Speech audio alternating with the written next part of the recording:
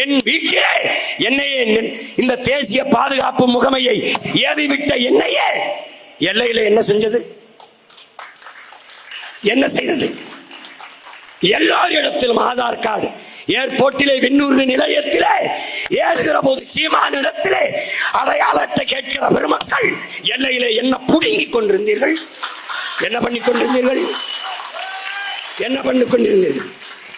ஒரு பகல்காம் சுற்றுலா தளம், பல ஆயிரம் மக்கள் கூடி கலைகிறார்கள். 30,000-த்திற்கும் மேற்பட்ட மக்கள் கூடி கலைகிறார்கள். பாதுகாப்பு இங்கே கேட்டால் அது சுற்றுலா தலமாக மாற்றியதே எங்களுக்கு தெரியாது. இது பதிலா? இது பதிலா? இது பதிலா? 200 கிலோமீட்டர் ஆயுதங்களோடு தீவிரவாதிகள் எப்படி ஊடுருவினான்? எப்படி ஊடுருவினான்? செத்தது 24 பேர், வந்தது எத்தனை பேர் யாருக்கு தெரியும்? கணக்கெங்கே?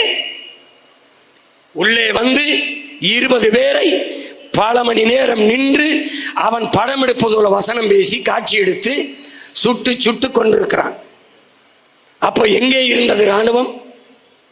வெடிச்சத்தம் கேட்டவுடன் ஓடி வந்தார்கள், சண்டையிட்டார்கள், அவர்களை சுட்டார்கள் வீரர்கள் என்ற செய்தி வந்தால் நாட்டு மக்களை பாதுகாக்கிறார்கள் என்று நாம் எடுத்துக்கொள்ளலாம்.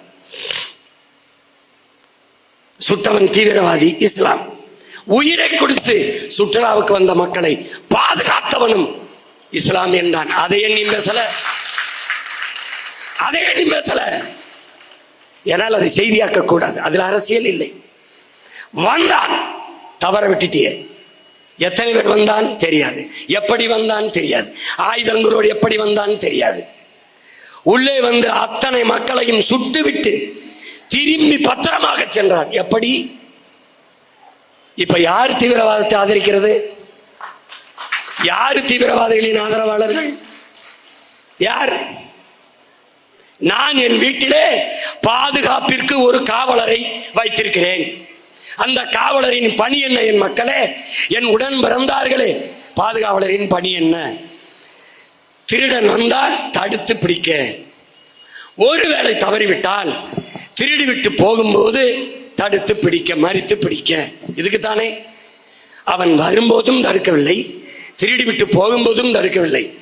ஆனால் தெருவில் போவார் வருவரெல்லாம் அடிக்கிறான். இது எப்படி இருக்குது?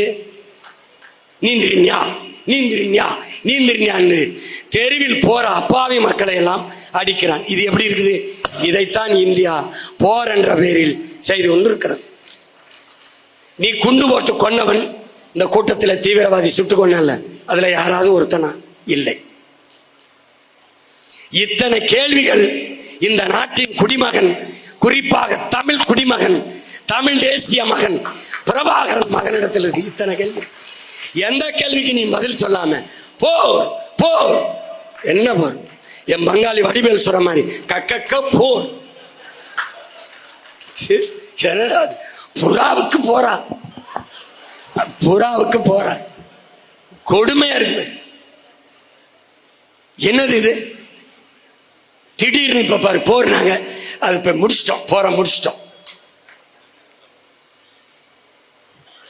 ஒரு கேள்வி, நீ சொந்த நாட்டு மக்களை பாதுகாக்க தவறிவிட்டாய், அதற்கு என்ன நடவடிக்கை? அதற்கு பாதுகாப்புத்துறை அமைச்சரும் ஏதாவது வருத்தம் தெரிவிச்சுக்கா?